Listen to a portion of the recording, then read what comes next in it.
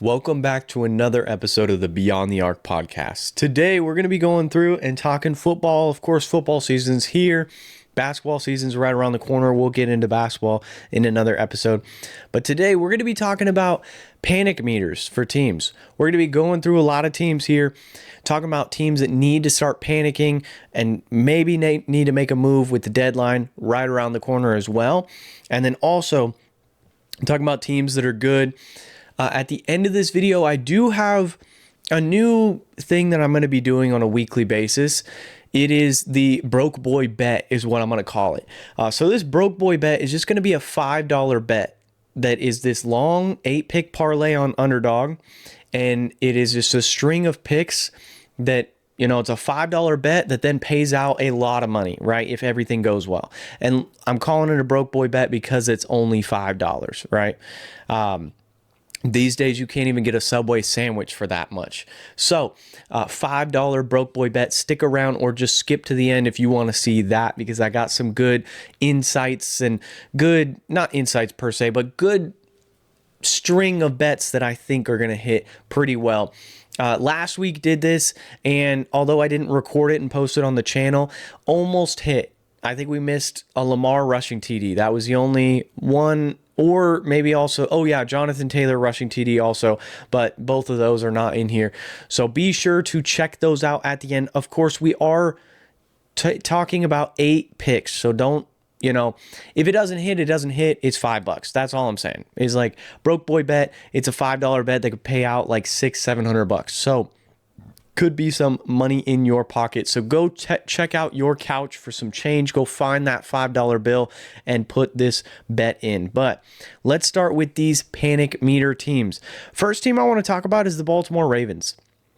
You know, the Baltimore Ravens, I think they need to kind of start panicking because this season it's getting a little choppy. You keep running into the same issue season after season where you have a great regular season. You're supposed to dominate whole 9 yards. Everyone's predicting you to go to the Super Bowl, and then you choke in the playoffs, right?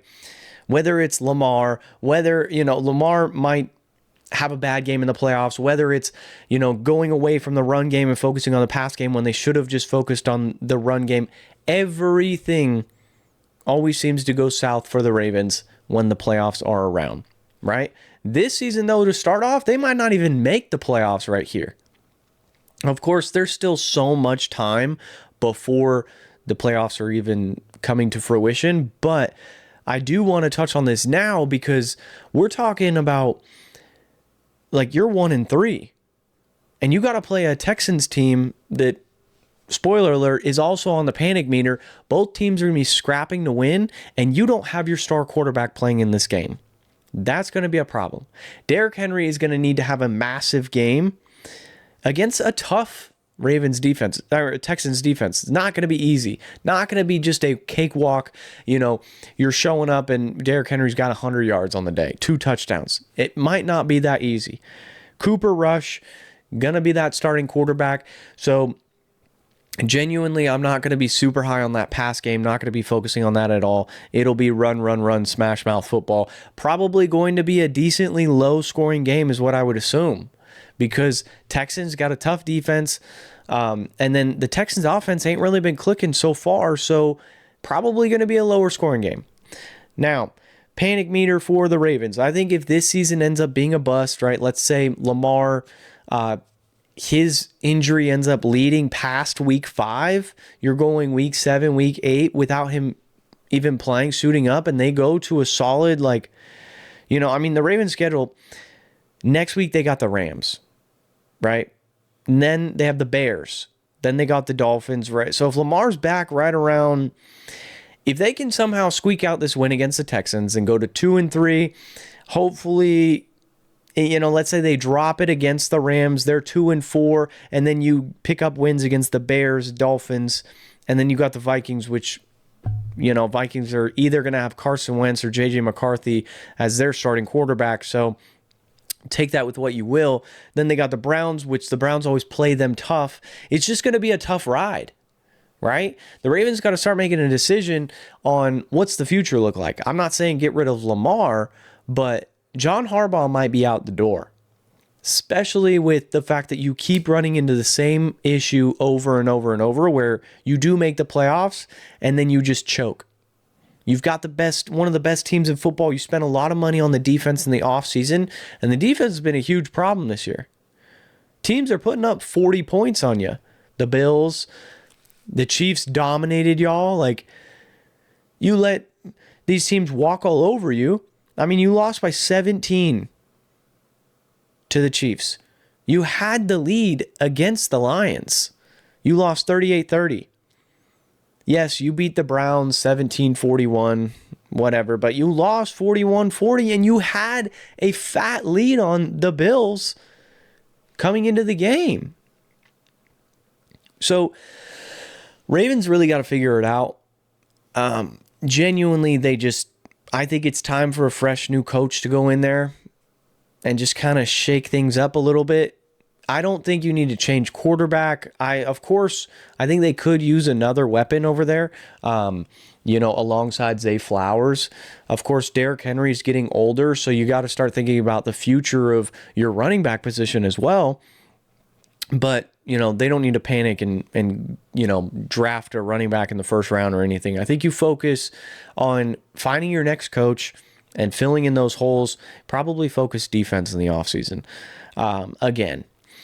But another team that is on this panic meter, same division, it's the Bengals. I'm scared about Joe Burrow. I mean, he's probably just not going to play the rest of the season. The defense is awful. The O-line sucks. Let's be honest here. Jake Browning is just not it. He's not Joe Burrow. When you build a team around a quarterback and that quarterback goes out, I mean, everything's going to crumble, of course. Because Joe Burrow can survive with that O-line. Obviously, now he has this fat injury. And yeah, sometimes he holds on to the ball too long. But at the same time, you got to blame the O-line for not giving him ample protection. And you also have to blame the organization for not investing in the O-line. You look at these teams like Herbert with the Chargers. Instead of drafting these superstar wide receivers, they're drafting offensive linemen. Same thing with the Lions, Penei Sewell, Joe, all those type of players. Protect the quarterback first, because you look at somebody like Joe Burrow, ample injuries. You look at Trevor Lawrence, always running for his life.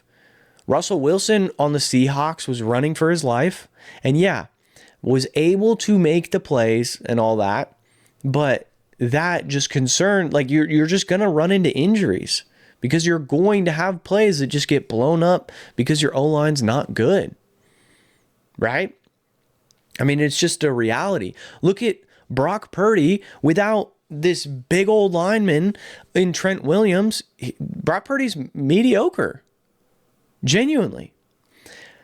And I'll get to the Niners. I've got a little bit to say about the Niners, but the Bengals, they got to start. I mean, I don't know what this front office is doing and this ownership is doing. They're not looking to invest in important parts of Joe Burrow has had ample injuries in the past. You would think that they would be like, hey, maybe we should try and protect this guy.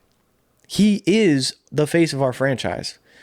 As great as Jamar Chase is, he's not Jamar Chase without Joe Burrow. And you could make the argument vice versa, right? Joe Burrow, it's easier to throw to somebody like Jamar Chase than it is, what Herbert was dealing with for a while for the Chargers. Now, what I want to say about the Bengals is they just got to figure out, because look, no O-line means no run game. Chase Brown has been irrelevant this year pretty much. And it's not his fault per se. He's getting touched in the backfield. As soon as he touches the ball, he's getting in contact with a defensive lineman. It's he doesn't have any time to, make any plays. So, I'm concerned. Joe Burrow's not going to be back till 3 to 4 months, end of December, if they're a playoff team, which with Jake Browning as your quarterback, are they really going to be a playoff team? So I've thought about the idea of like, what's the solution, right? Obviously, it's the easy solution is invest in your O-line, right? I wonder if there's an opportunity here for the Bengals to call up the Browns. Obviously, you don't like trading players in the same division, but right now the Browns have a quarterback dilemma.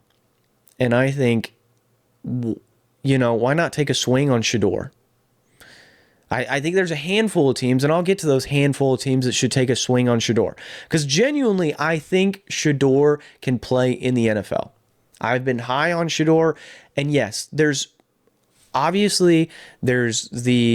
got some growing up to do. When asked about Dylan Gabriel, he probably should have just bit the bullet and been like, excited for the guy. I'm going to be here to support him. Like, kind of not kiss ass, but like just say the right thing in that moment. But I do know that it's some BS with Shador that his name gets dragged through the mud no matter what. He says something, people get mad at him. He doesn't say anything, people get mad at him. There's no win-win for him at all. That's why I just think that obviously we understand that his dad got too involved, right? He had some growing up to do, that whole 9 yards. We understood that. But to take away the guy, like not even giving the guy a chance, and yes, there might be a chance that he ends up playing this year. Dylan Gabriel gets named QB1 this week. I just don't really... I think that there's some panic meter there for the Browns because you have this crazy quarterback situation with Shador. Like you might as well look to move off the guy because one, causes drama, good and bad drama, I guess, in theory. I think they should give him a shot. I just think it's kind of ridiculous that they're looking at Dylan Gabriel, which I understand. Yeah, dude was great in college for Oregon and all that, but he's a smaller Bryce Young. Like literally, the guy's tiny. Can't see over the O-line. Now, like no wonder the dude was leading in rushing TDs because he freaking in college because he was scrambling for his life because he couldn't see downfield to air the ball out. And this is no disrespect to Dylan Gabriel. It's really more, I think Shador should have gotten a shot, and I think he'll get a shot. Right? There's some teams out there that got some quarterback issues that Shador looks like he could go in there and probably perform better than the quarterback that's currently playing there. And I'll get to that as part of the parlay that I was going to talk about at the end. But Shador could play for the Saints. And you can't tell me he's not. He can't. Right? I mean, Spencer Rattler is literally winless as a starter. Where's Tyler Shuck? You drafted him to take over as a possible starter. He's old. He's 27 years old already. How clearly the Saints don't believe in him because he's not playing. And yeah, maybe they're like, oh, we're just going to build the future for him first and then he can take the keys. Sure. That's an opportunity, I guess. But you're just like, I don't know. I don't see, you're just wasting Chris Olave's career. You're wasting the last few good years of Alvin Kamara. You might as well try and win some games because there's so much money tied up into the team itself with guys like Cam Jordan, who's like 55 years old. I just think there's ample opportunity here to take a swing, throw Tyler Shuck out there, or even trade for Shador. I mean, I can't see why he would be expensive. He has yet to really prove a lot. He hasn't gotten a shot to prove anything on the field, so I think now would be the time before he does prove something. And if you're the Browns, like, why not throw Shador out there? Because it's clear as day they don't like him. It's clear. The Browns do not like Shador. But why not put him out there and try and inflate his value and then trade him if you don't like him? And then, maybe you get a fourth for him instead of what you had spent a fifth on him, right? Maybe they're thinking about that with Dylan Gabriel. I don't know. I just see there's a huge issue here, quarterback controversy with the Browns themselves. They got to figure that out. I just think they have zero direction. Also, you're wasting the good years of Myles Garrett. The defense is actually not bad. The offense is just pretty rough. Isaiah Bond is going to make his first start. I considered putting him in the parlay because his line is only set at like 27 yards, 27 and a half receiving yards, but we'll get to that. Another team, I don't know if you can consider this panicking, but I'm concerned with the Jaguars, right? You ended up moving up to go get your guy, Travis Hunter. Haven't been super impressed with him. Basically, I think what's happening is I wish that at the beginning of his career, I wish he would focus on one side of the ball. Just so that we can see what a full Travis Hunter at wide receiver would be, or a full corner Travis Hunter, right? Or even just a game or two where we just see him as a wide receiver, or we just see him as a corner playing majority snaps. I want to see that because right now it really does feel, because he's splitting those snaps, that we're almost getting like, a energy split just between two positions, as you kind of would expect. Overworking the body and all that is going to happen, where instead of putting all your energy onto one side of the ball, you got to kind of split that into two. So you're almost a mediocre wide receiver and a mediocre corner, if that makes sense. And that Jaguars defense so far has been kind of really good because they're just getting takeaways constantly. I mean, they're literally getting fumble after fumble after fumble, it feels like. Every time I feel like they pop up on red zone, it's a fumble. Jacksonville recovers the ball. I just genuinely think Trevor Lawrence so far has not been the answer. He doesn't look good out there. He's going to be in the bright lights are going to be on him because they're playing against the Chiefs. I just don't love Jacksonville right now. Brian Thomas Jr. hasn't really done much this year. I just kind of expected a little more. One bright spot with the offense of the Jaguars is ETN is actually playing a lot better than he has thus far. And a lot of that is because they, of course, traded Bigsby away to the Eagles. So a lot more opportunity is just solely going to be focusing on ETN. So this is where, I think if you're panic meter, you're 3-1. So you can't really be panicked per se. But I think like on a scale 1 to 10, you lose and Trevor Lawrence doesn't look good against the Chiefs. The panic meter is starting to go up to that 5-6 range. I think the range right now, if you're a Jaguars fan, that panic meter is at a 5 for Trevor Lawrence. And if he looks bad against the Chiefs with all the cameras and lights on him, then it could go up to like a 6 or a 7, right? Now, what I'm saying is Jacksonville doesn't have a lot of primetime games, right? So that's where there's not a lot. Right now, you just kind of look at their record and they're like, oh, yeah, they freaking outscoring opponents. They're undefeated at home, right? They're 3-1. What's the issue? The issue is, they don't look fantastic. They don't look great. And Trevor Lawrence, you spent the number 1 overall pick on the guy. He was supposed to be the prince, the savior, the guy. He went to Clemson. Like, this is the guy that never lost his entire career. And he gets to the NFL and he's just, It's almost like Archie Manning. Right? There's so much hype on the guy for so long through high school.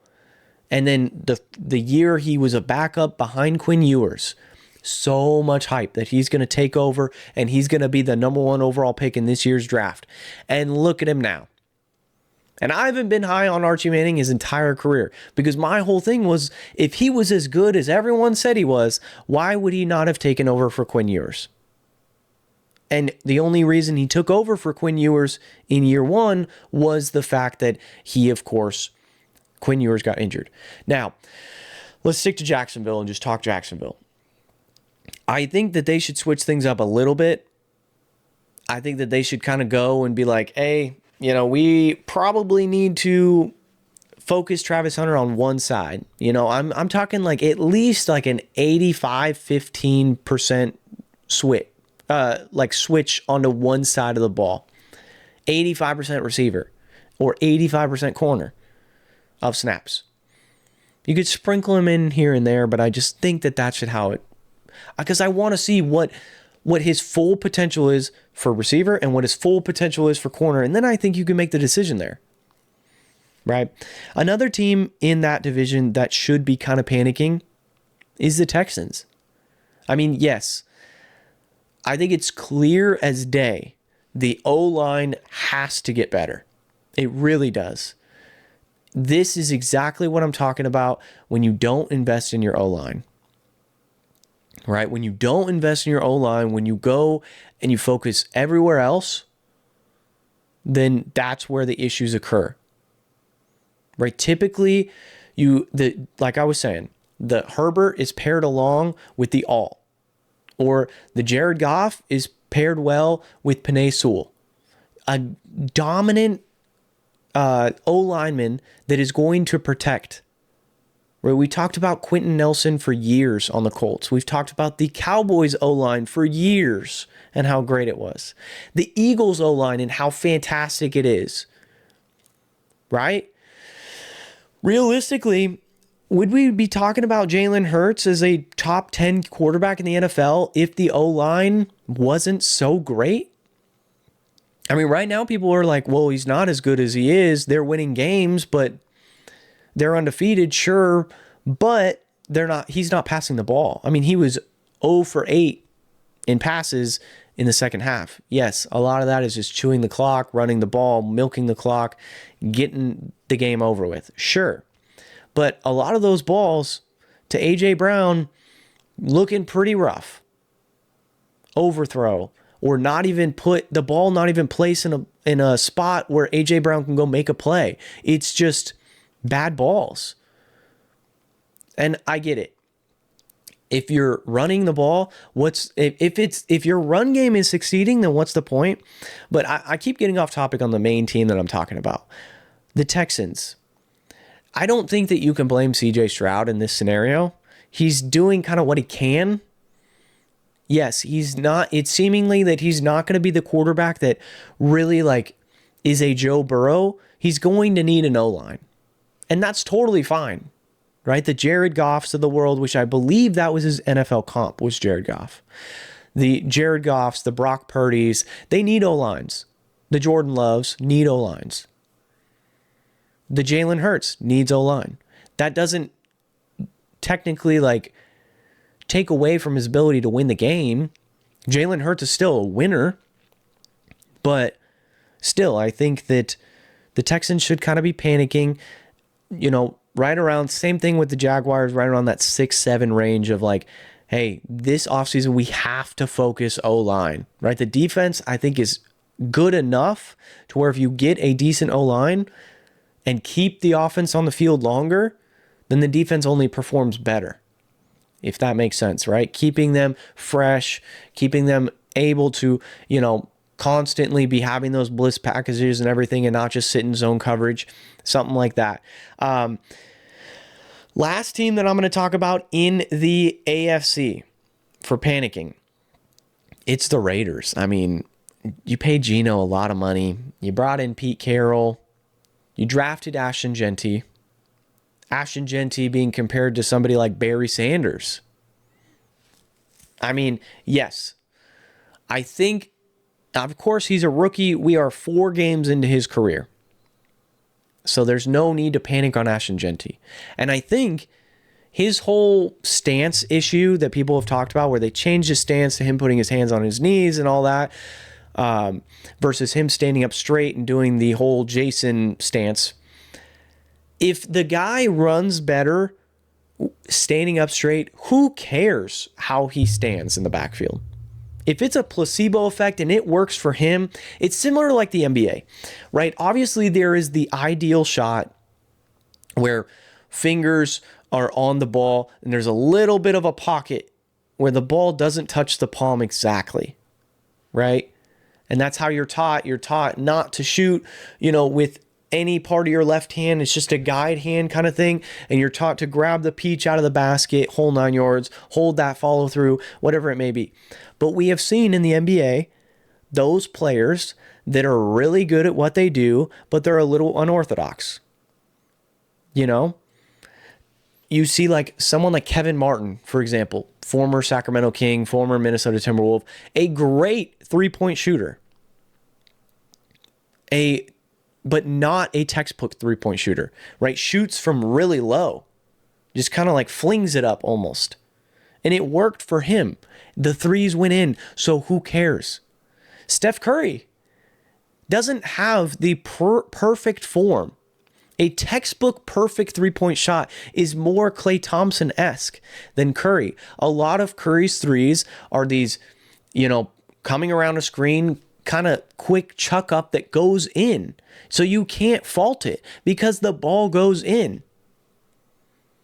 So what I'm getting at is if it works for Ashton Genty and he's able to dominate the game, I mean, the first time he was standing up straight, he had 33 fantasy points.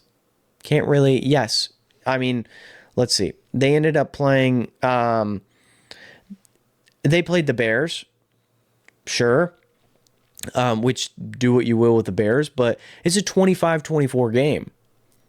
So relatively close, not super high scoring to where he was just, going crazy.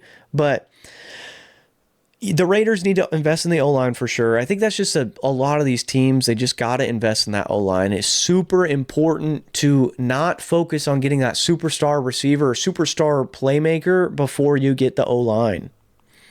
The defense needs work for the Raiders too. But you paid a lot of money to Geno, and it hasn't been panning out so well so far. Of course, he's got a rookie running back. The O-line needs work. The receiving core is not great. It's, mediocre at best. There's no like superstar player out there on the, for your wideouts. Brock Bowers is of course cool, but getting him the ball is, he's not as dominant as he was last year so far. Can he turn it around? Of course. I mean, it's not like he's having a bad season. Don't get me wrong. But last season, he was more dominant than this season so far. All right, let's get into the NFC. Teams that shouldn't panic. I don't think the Giants should panic. I kind of like what they got going on. They're actually a very exciting 1-3 team.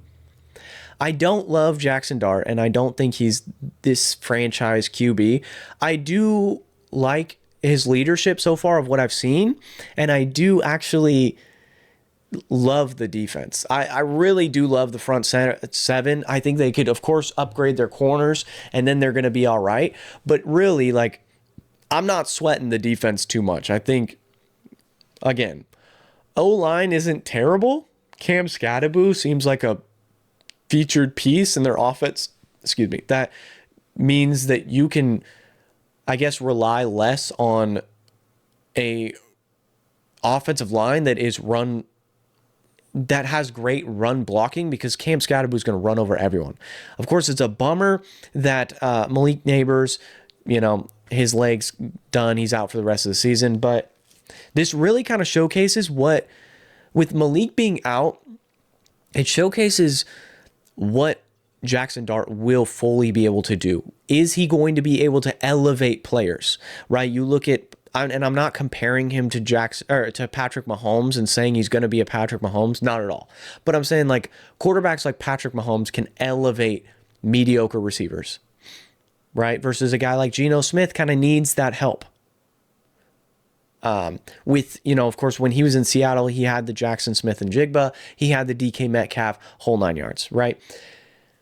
Jackson Dart. We really get to see when he has these mediocre receivers, the Wan'Dale Robinsons, the Darius Slayton, etc. What is he going to be able to do? So I do actually, I'm intrigued to see what his future will hold the rest of the season with him being the starter. A team that should panic, I genuinely, I don't know. I'm torn because I want to put the Eagles on here, but they're undefeated, right? I want to say that the Eagles should kind of figure out, and maybe this next game they almost focus very pass heavy, but then it's like, if it ain't broke, don't fix it. And of course, you're going up against the Broncos that have Pat Surtain, so it's like you don't really want to throw the ball at him. I'm just not sure. Maybe you just do what you've been doing, but the second that they lose, it's going to be a problem, because as soon as they lose a game, everyone's going to be like, oh, it's because they didn't pass the ball. Oh, it's because A.J. Brown is not getting the ball. I'm surprised A.J. Brown has yet to request a trade. Because, like, genuinely, we're talking about top-tier athletes. We're talking about the best of the best receivers in the NFL. We are talking about the best of the best players in the world on the field. So their egos, like, it says a lot about A.J. Brown's character to have this type of season so far and not be like, trade me. Like, either throw me the freaking ball or trade me. Because, like, genuinely, if I was one of the best receivers, I would be like, I would probably be more on the, hey, look, why aren't we not throwing me the ball? Why am I not getting a QB that is not hitting me in my freaking hands or putting the ball in a place where I can make a play? Right? You're throwing me the ball way too late. You're throwing it way high. I can't even go and get it. Something like that. But shout out to his character, because he's saying all the right things. Right? He's like, I'm just doing everything I can to help out the team to win, whole 9 yards. So, but like, let's say they lose to the Broncos on Sunday, or, you know, God forbid they lose to the Giants the following week. That's where problems are going to occur, especially since the Giants, like I just talked about, they need to upgrade their corners. So their corners are not great over there in New York. So you should be able to throw the ball. Now, what I do have to say is, against the Rams, in the first half, they were like, run. And then in the second half, they're like, oh, shoot, A.J. Brown has a mediocre corner on him. How about we throw the ball to this guy that is huge compared to his corner and let him go make a play? And he finally had a good game, right? He finally had that where we're like, okay, this is what we were talking about. When they throw the ball to A.J. Brown, and, you know, it's not only A.J. Brown. We got Devontae Smith on the other side. We got guys like Dallas Goedert over here too, guys that can catch the freaking ball. Saquon can catch the ball in the backfield, make some stuff happen. Like, Saquon ain't been Saquon, but you almost had that expectation that it was going to be a little bit of a dip season, because he had such a fat workload last season, that you almost expected this idea that he would probably not have as great of a season as he did last year, right? Because it's so tough to replicate. Nothing against him, it's just the human body. Other teams that I think should panic, this being the San Francisco 49ers. They're 4-1, yes. I understand that. But you have this quarterback issue. Mac Jones is undefeated. And he's undefeated, like I said before, Brock Purdy don't look great with an O-line that's beat up and receivers that are out, right? Brandon Ayuk has been out, whole 9 yards. Mac Jones and freaking Kendrick Bourne are out there balling. So you're paying a lot of money to a quarterback that, like, I mean, Mac Jones might have revived his career here for San Fran. You might need to look to, I mean, obviously you're not going to move off of Purdy because you paid him so much money. And I don't think if you actually look to trade him, I don't think teams are going to actually look to give you nearly what the value, and you'd have to eat a lot of that cap. So that's where there's this issue with the Niners is, do you really take the risk and you eat a lot of cap trading away Brock Purdy, or do you just rock with Brock? Right? But then you got Mac Jones sitting there, and he's undefeated. And genuinely, I mean, I would keep rocking with Mac until it don't work. I genuinely, because maybe that's what you do. Maybe you rock with Mac, and trade deadline's right around the corner, or, in the off season, you give him an extension, you flip him kind of thing.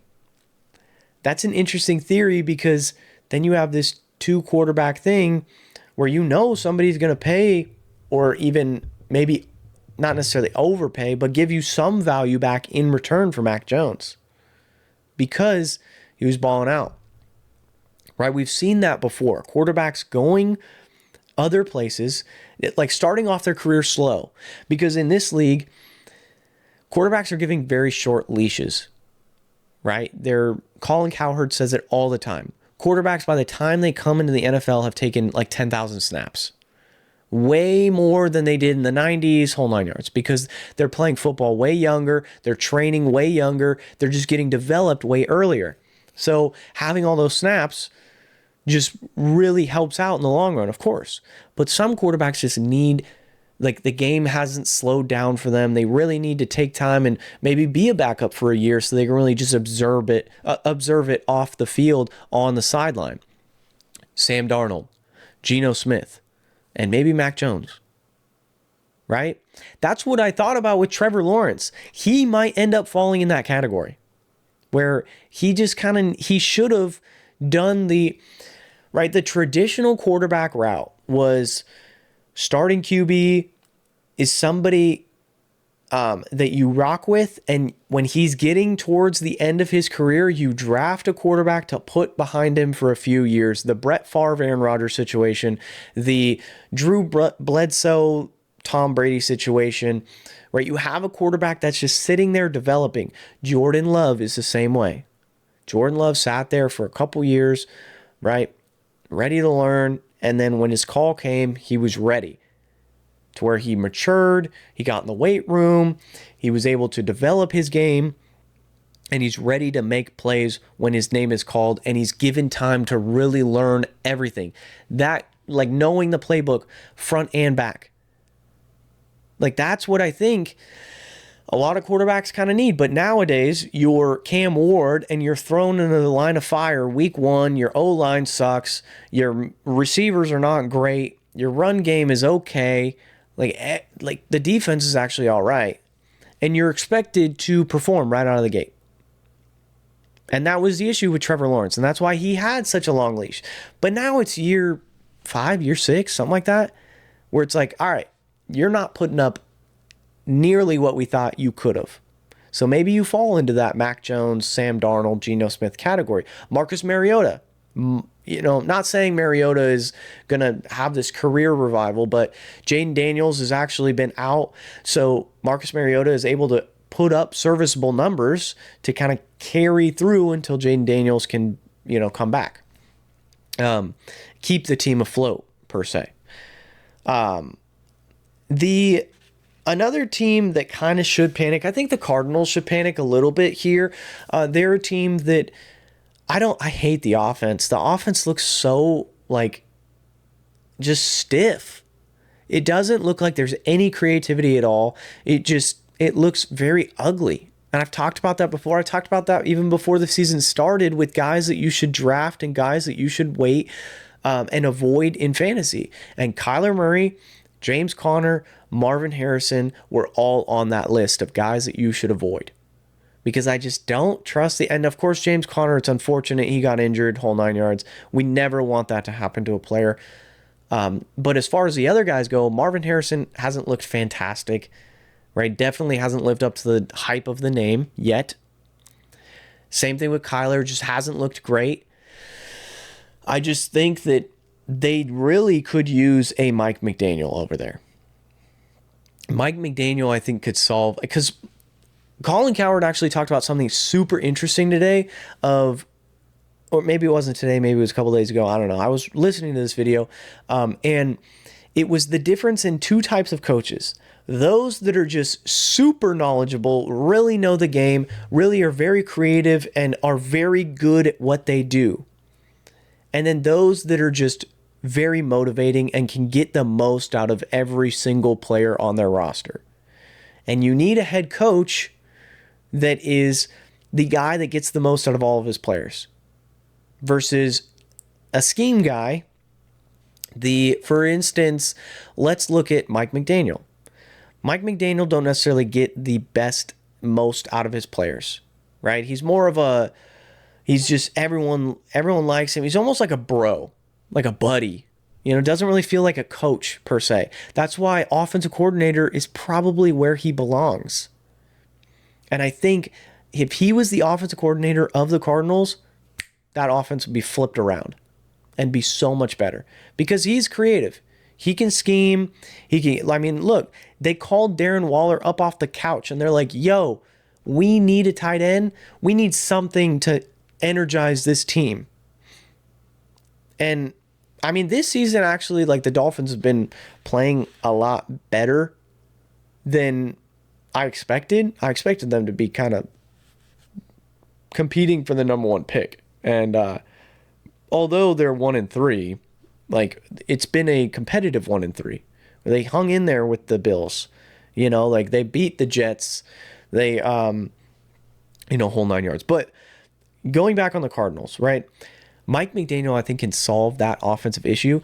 And then going back on that coaching thing that I was talking about, let's look at somebody like Dan Campbell. Dan Campbell is somebody that gets the most out of every single player on his roster. Not necessarily, he relies heavy on his staff, which is a fantastic thing. That's why Ben Johnson works so well with Dan Campbell, because Ben Johnson knew what he was doing with the offense, and the defensive coordinator knew, like, Dan Campbell trusts his DC, right? Those guys have obviously moved on to their own things. Ben Johnson being the head coach, and he's trying to figure it out over there in Chicago. Will it work? I don't know. So far, I'm thinking he fits more in the Mike McDaniel category than he does in the Dan Campbell head coach category. Mike Vrabel is another guy, gets the most out of his guys. Like, these are coaches that just I don't know how they're doing. They're just extra motivating, I guess. Versus others, like Mike McDaniel I just can't keep saying enough that Mike McDaniel would be perfect over in Arizona. And then like a Ben Johnson, I would love to see him over in like Denver. Because I think Denver's offense is kind of eh. Sean Payton's a good coach, don't get me wrong. Can get the most out of that defense for sure. But the offense has just looked a little dry so far. That's where I think, bringing in a guy like Ben Johnson, of course, he's staying over as a head coach with Chicago for now. But I'm saying, like, theoretically, that could be an opportunity for the Broncos in the future if it doesn't work out with Ben Johnson. And I do believe that this season is going to be the last season that Mike McDaniel coaches the Dolphins. And my prediction is he will be a offensive coordinator for the Cardinals. Speaking of Ben Johnson and the Bears, I think that they've looked okay. They've been in a lot of tight games, but Caleb Williams might just be similar category as Trevor Lawrence, as Mac Jones, where there's just a lot of hype on those guys, and we just need to kind of calm down the expectation because he might just need some time to develop there. Is he going to be this Patrick Mahomes-esque? I don't think so at this point. I think we would have seen a little more flashes, but even Patrick Mahomes took a couple years to sit behind Alex Smith before taking the reins, and look at him now. Took time to develop. Lamar Jackson took a couple years behind Joe Flacco to develop. Right? Learn from the veteran quarterback.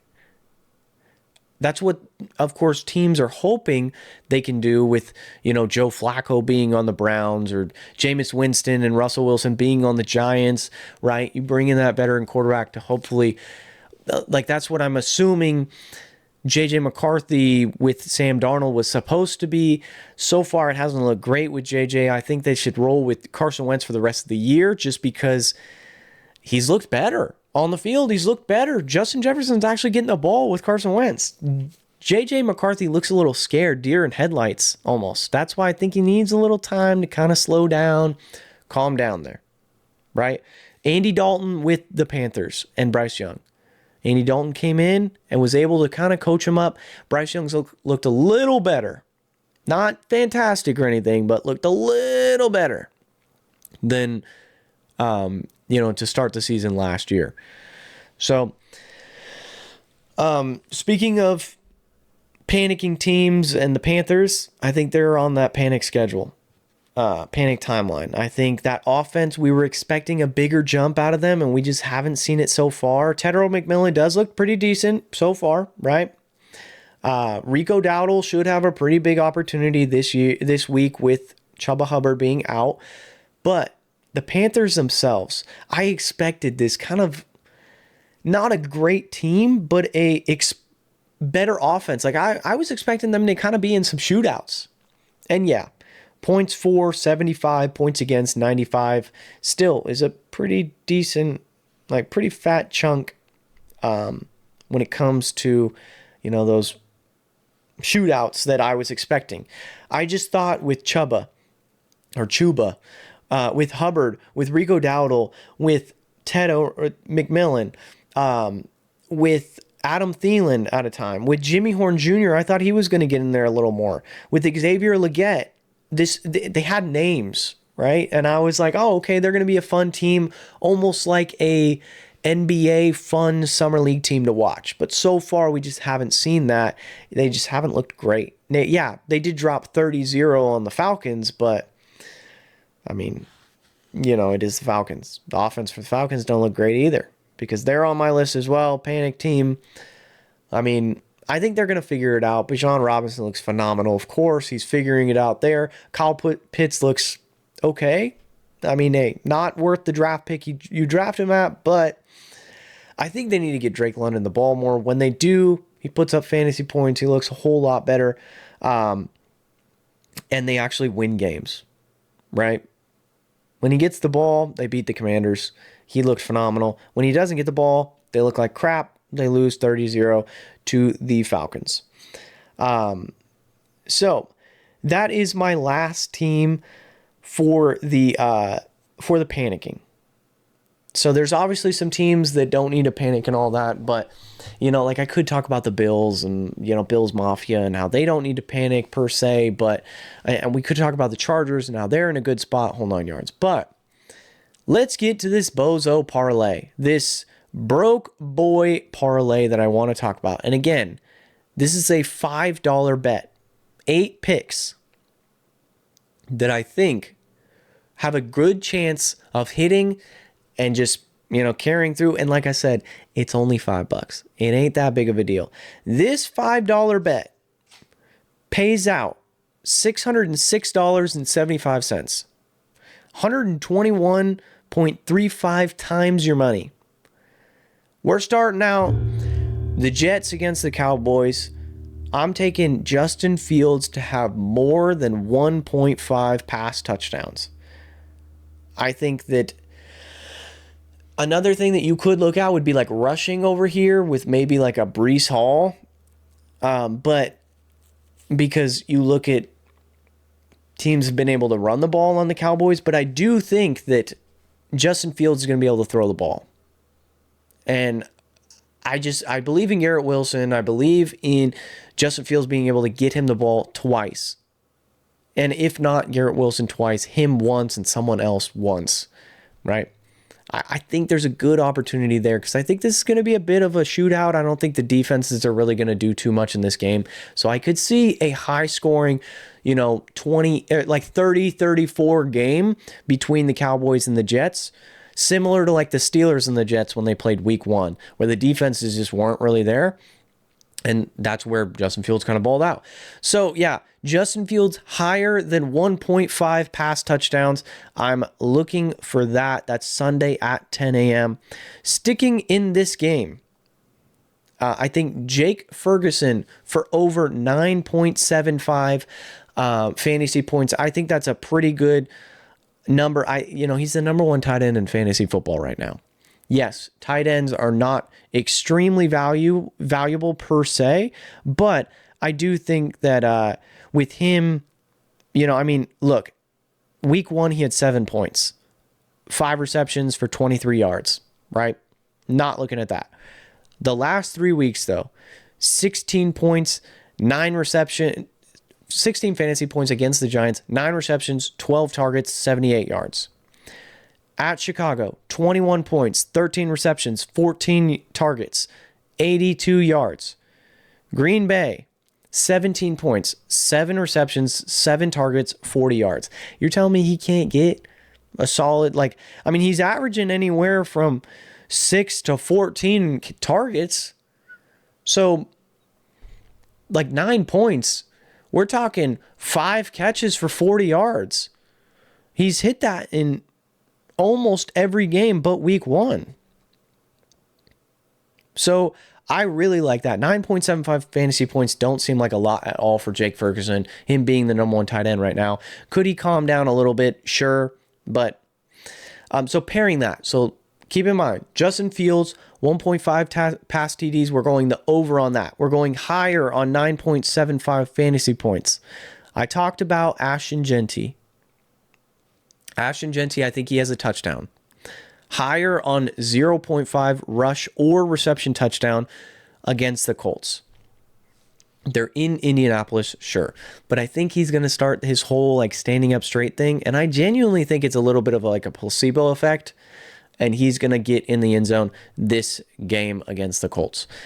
That's probably the one that I'm the most worried about, just because we've only seen it happen once. So I'm a little scared, but like I said, it's a $5 parlay. So keep that in mind. Staying in that game, I like Daniel Jones to have more than 1.5 pass touchdowns. Similar to Justin Fields, playing a pretty garbage defense, I think that the Colts could put up pretty high numbers on the Raiders. So that means Daniel Jones, 2 pass TDs, seems like a pretty good lock there. We're moving over to the Giants and the Saints game. I'm taking the over on Jackson Dart, 174 pass yards. They're playing a terrible Saints defense. This one, yeah, no Malik Neighbors is obviously worrisome. That does worry me, but like I said, I'm going to put some trust in Jackson Dart and seeing just what he can kind of do, and seeing if he really can kind of do something with those mediocre wide receivers like I was kind of talking about before.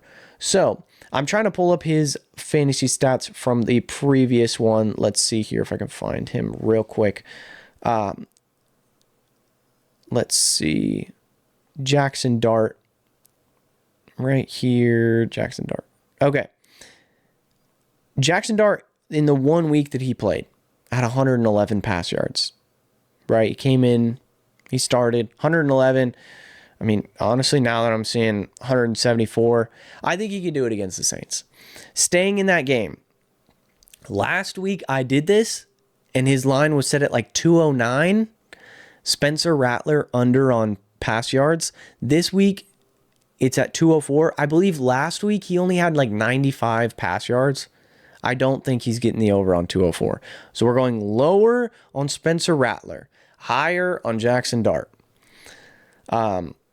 204 just seems like a lot for Spencer Rattler. That's why I'm taking the lower on it.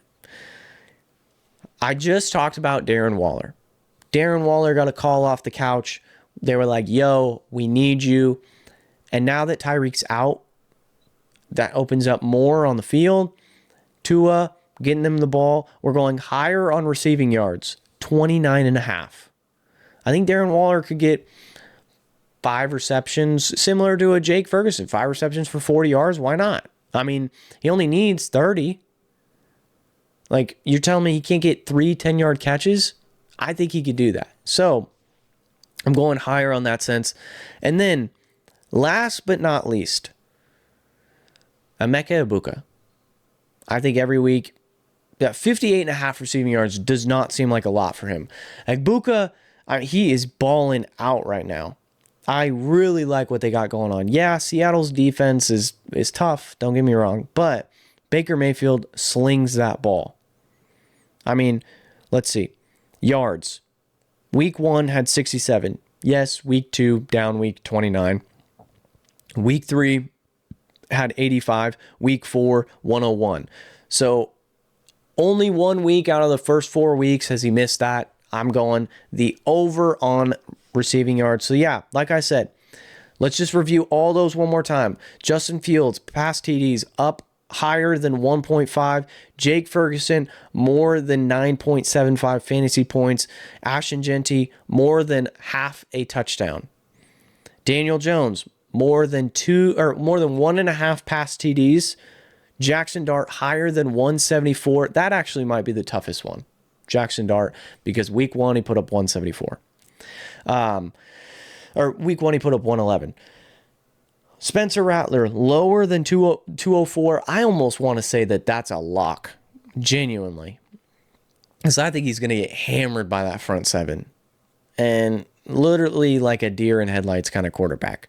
Darren Waller, higher than 29.5 receiving yards. Emeka Egbuka, higher than 58.5 receiving yards as well. So like I said, $5 bet pays $606.75. I mean, it seems like a pretty easy, I would take a risk on it, $5. So every week I'm going to be putting out a broke boy bet. So that $5 parlay of 8 picks, I think it's actually really entertaining too, because it's like, oh, whatever, it's just $5 I lost. And then also if it hits, it's very enjoyable to watch football on Sundays as well, when you're like, hey, I need, like, throw the ball to, last week, like I was kind of saying, I had hit it. I hit under on Aaron Rodgers 210 pass yards. He had like 206. I was so nervous about that. And then I had under on Spencer Rattler yards, that whole 9 yards. I didn't hit that one because Lamar Jackson didn't have a rush TD, and neither did Jonathan Taylor. But hopefully this one cashes. If you guys enjoy this content, do me a huge favor, smash that like button, subscribe to the YouTube channel, comment down below what you liked about this video, what you disliked, what you want to see me do in the future. I really am open to the comments. I love hearing the feedback, responding back with you guys, having those conversations. So without further ado, it's been another Beyond the Arc podcast, and I'll catch you guys in the next one. Peace.